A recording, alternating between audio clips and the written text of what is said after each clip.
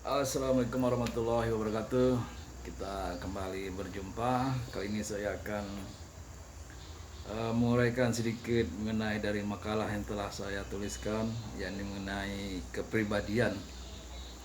Kenapa para antropolog mengkaji kepribadian ini dan cukup penting? Karena dalam kepribadian itu bisa dilihat suku bangsa itu sendiri. Bagaimana budaya timur, bagaimana budaya barat, bagaimana budaya Eropa, bagaimana budaya Asia itu sendiri. Itu bisa dilihat dari bagaimana kepribadian manusia yang ada dalam wilayah itu. Jadi kenapa kepribadian ini sangat penting? Ya karena di situ akan dilihat karakter, sifat, watak, bagaimana seseorang itu bertindak, bagaimana dia melakukan sesuatu yang menggerakkan dia seperti apa. Inilah yang dikaji para antropolog itu. Nah tentunya sebelum kita melangkah lebih jauh, kita sebagai Homo sapien atau manusia itu sendiri, tentu setiap orang itu punya karakteristik yang berbeda satu sama lainnya. Ini sudah jelas. Tidak mungkin individu satu sama individu lain itu sama. Kenapa saya katakan seperti itu?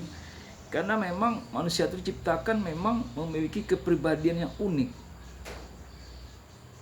Terlepas ada orang mengatakan ada beberapa tertentu memiliki kepribadian ganda, atau mereka punya topeng di balik kepribadian yang mereka tampilkan itu. Tapi setidak-tidaknya kita bisa membaca, melihat bagaimana karakteristik individu itu. Nah, kenapa karakter kepribadian ini sangat penting? Karena ini menyangkut beberapa sebab musababnya. Ada mengapa manusia itu berpikir bertindak berbeda, ya. Pertama itu disebabkan oleh pengetahuan, ya. Pengetahuan ini kalau kita perhatikan bagaimana orang berpendidikan, tidak berpendidikan, bagaimana orang yang berilmu, tidak berilmu, tentu karakteristiknya berbeda.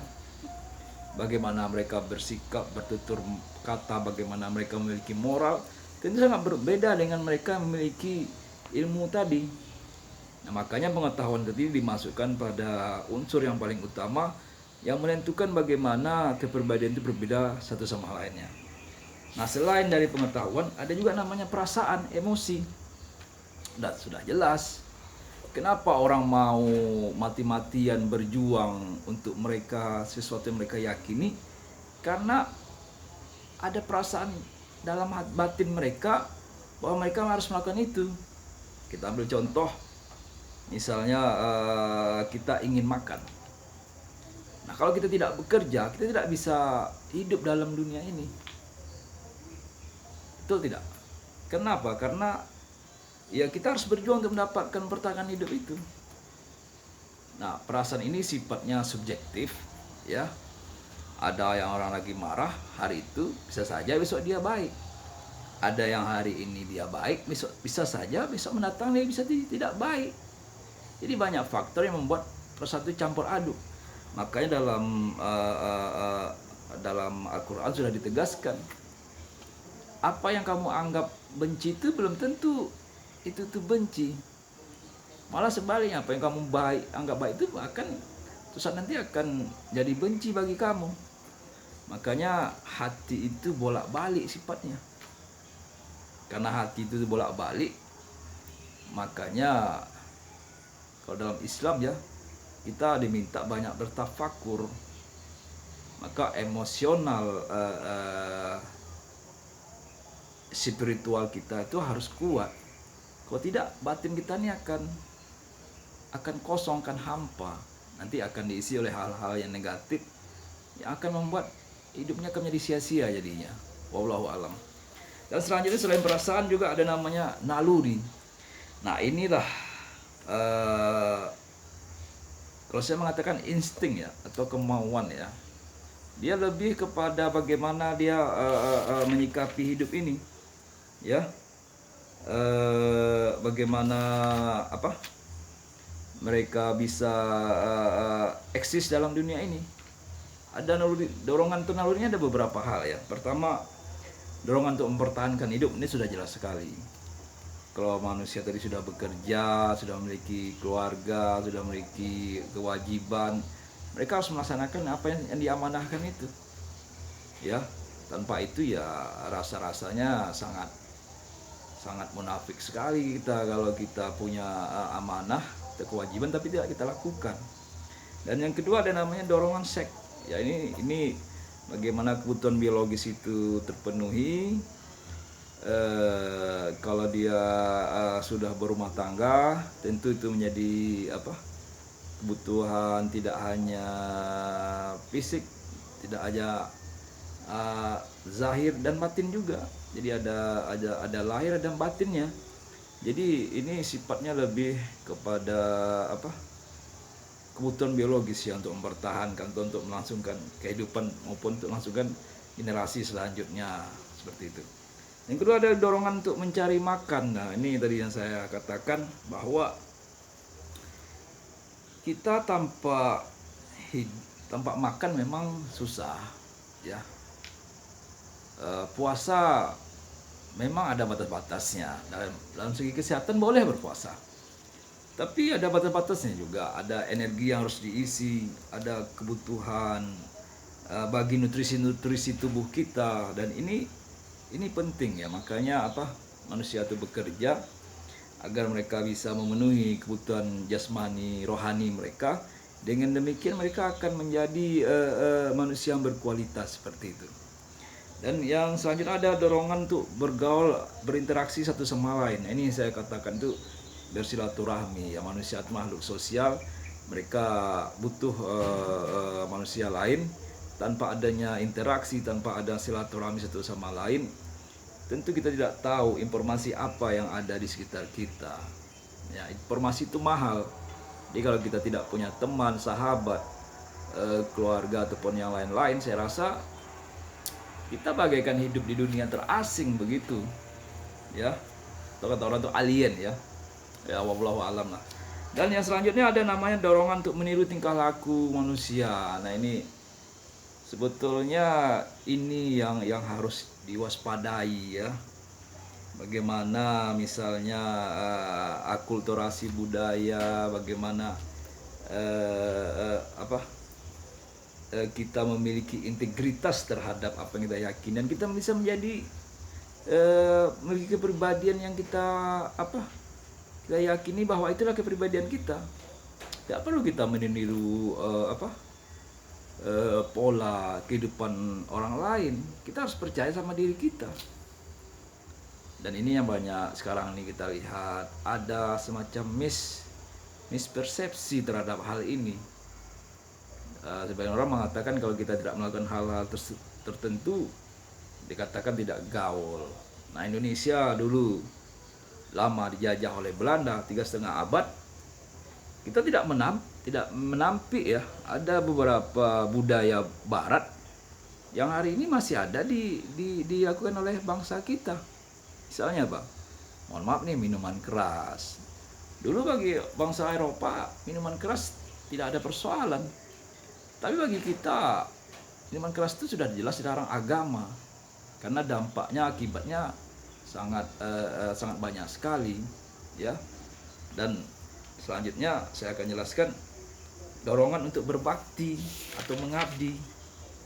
Nah, kita sebagai manusia tugasnya memang sebagai khalifah di muka bumi ini. Dengan sebagai khalifah itulah kita mengabdi kepada yang di atas. Itu juga mengabdi kepada peran yang kita lakukan hari ini. Kalau kita sebagai mahasiswa, kita mengabdi bagaimana sebagai agen of change, bagaimana kita berbuat bagi kemaslahatan umat, bagaimana kita melahirkan konsep-konsep yang berguna bagi masyarakat luas. Sebagai kaum intelektual, kita akan bertindak sesuai norma-norma yang berlaku. Itu kewajiban kita. Dan kalau kita sebagai anak, sebagai dalam orang tua, kita juga harus berkewajiban berbakti kepada orang tua. Nah, ini yang perlu digarisbawahi. Dan selanjutnya ada namanya dorongan akan keindahan. Nah, ini juga manusia itu butuh seni, ya. Kalau tidak ada seni, rasanya dunia tidak indah. Allah saja menciptakan kehidupan ini dengan rasa seni yang paling tinggi, saya pikir ya. Allah itu begitu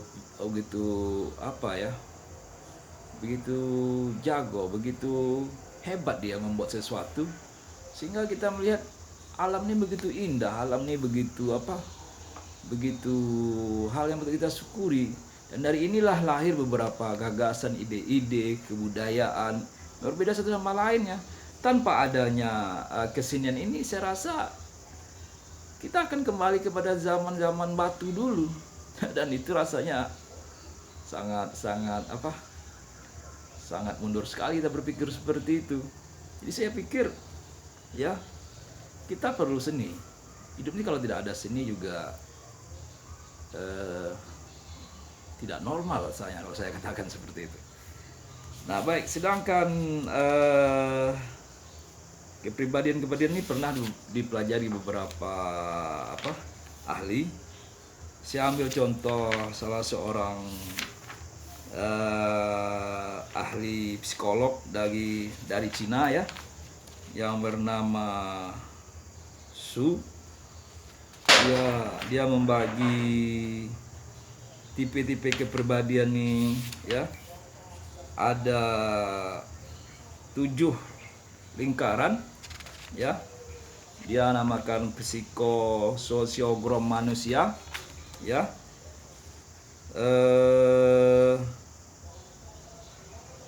Dia membaca bagaimana sifat-sifat manusia itu, karakter manusia itu sendiri ya.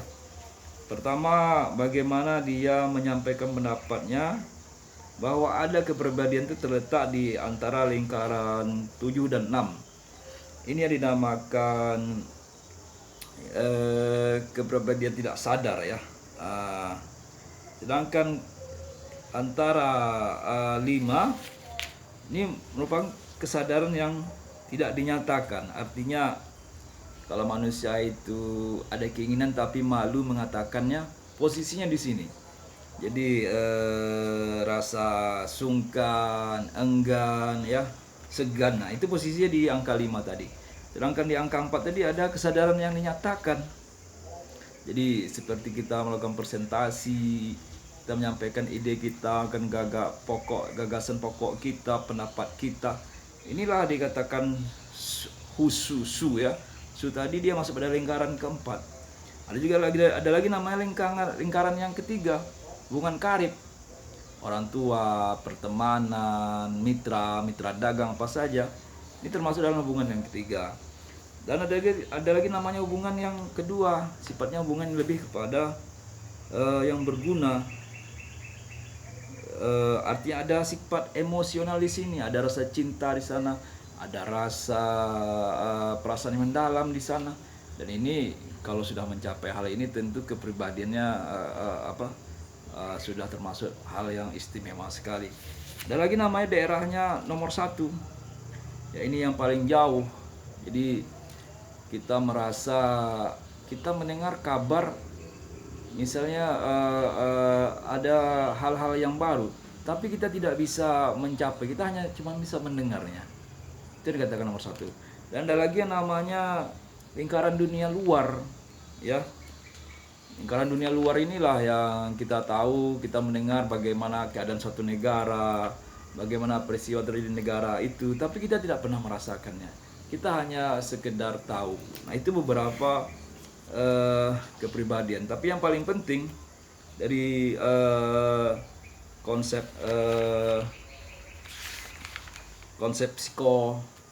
psikososiogram manusia dari pandangan Su tadi, ada yang namanya lingkaran nomor 2. Nomor 2 ini namakan konsep gen atau alam jiwa. Jadi manusia itu harus hidupnya selaras. Nah, selaras ini paling penting.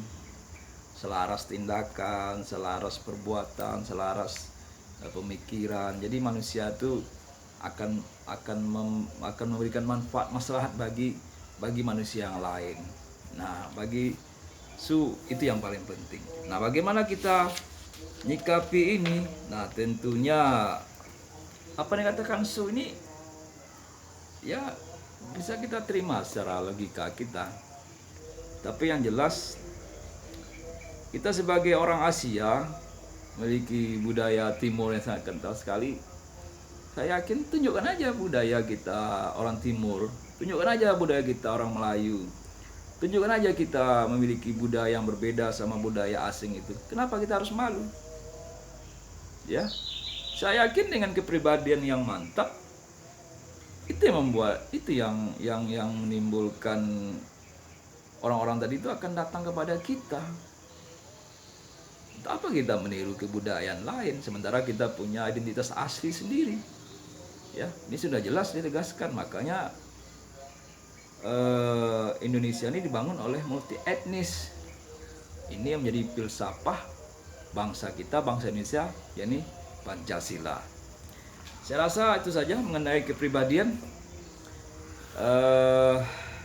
Mudah-mudahan selagi kita hidup, kita harus terus berjuang, kita harus gigih, kita tidak melupakan tugas kita sebagai khalifah di muka bumi ini. Tetap semangat, itu saja. Assalamualaikum warahmatullahi wabarakatuh.